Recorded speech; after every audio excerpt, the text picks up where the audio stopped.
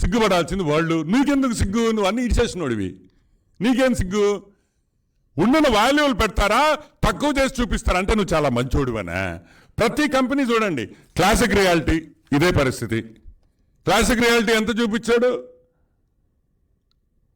265 కోట్లది, 265 కోట్ల రూపాయలు actual valuation.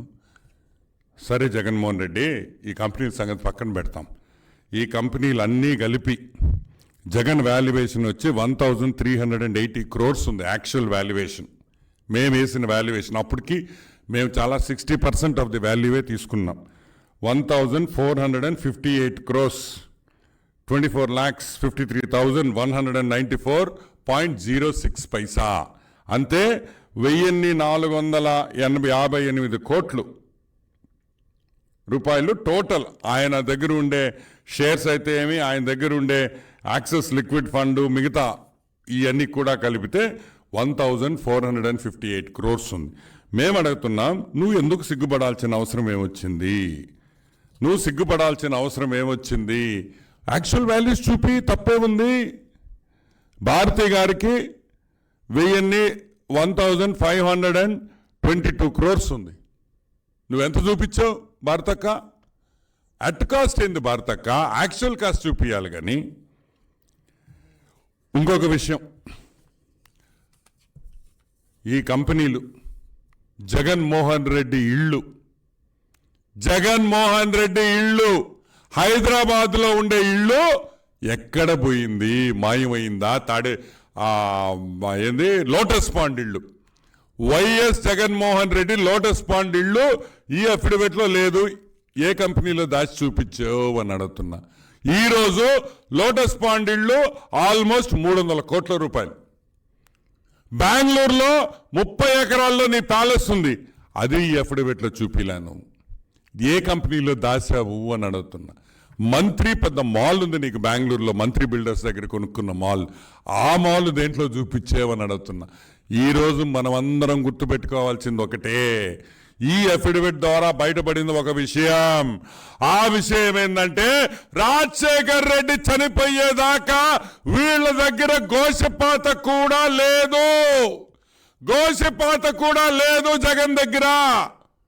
అంతా రాజశేఖర్ రెడ్డి ముఖ్యమంత్రి అయిన తర్వాత 100 కోట్ల నుంచి 1000 కోట్ల నుంచి 1,00,000 కోట్ల దాకా సంపాదించారనే విషయం ఈరోజు జగన్మోహన్ రెడ్డి తన అఫిడవిట్ ద్వారా మనకు తెలియజేశాడు. జగన్మోహన్ రెడ్డికి ధన్యవాదాలు తెలుపుతున్నాం. జగన్మోహన్ రెడ్డికి, వైఎస్ రాజశేఖర రెడ్డి జగన్మోహన్ రెడ్డికి ఇచ్చిన గిఫ్ట్ల గురించి మాకు అనుమానాలు ఉన్నాయి. షర్మిలమ్మకి ఎందుకు ఇయ్యలేదు? ఆయన 2 బొడ్డలు 2 కళ్ళుగా చూస్తున్నారు. ఈరోజు మేము పెద్దామని అడుగుతున్నాం, వైఎస్ రాజశేఖర రెడ్డి గారి శ్రీమతిని, అమ్మా 2 నువ్వు కళ్ళు అనుకున్నావు కదా, నువ్వు అన్నావు కదా తల్లి, both to my son and daughter or 2 ice అన్నావు, ఒక్కొక్క కన్ను అన్నావు. మరి పెద్ద ఆయన ఈ ఆస్తి పంపకాల్లో వాళ్ళిద్దరిని ఆ విధంగా ఆలోచించలేదా? ఆలోచించాడు. రాజశేఖర రెడ్డి మంచోడు, అటువంటి పనులు చేయడు అని మా నమ్మకం. మరి ఎక్కడ గందరగోళం జరిగిందో అనే విషయం ప్రజలు ఆలోచించండి. షర్మిలమ్మకి రాజశేఖర రెడ్డి అన్యాయం చేయడు, కానీ జగన్మోహన్ రెడ్డి అఫిడవిట్ ప్రకారం షర్మిలకి అన్యాయం జరిగింది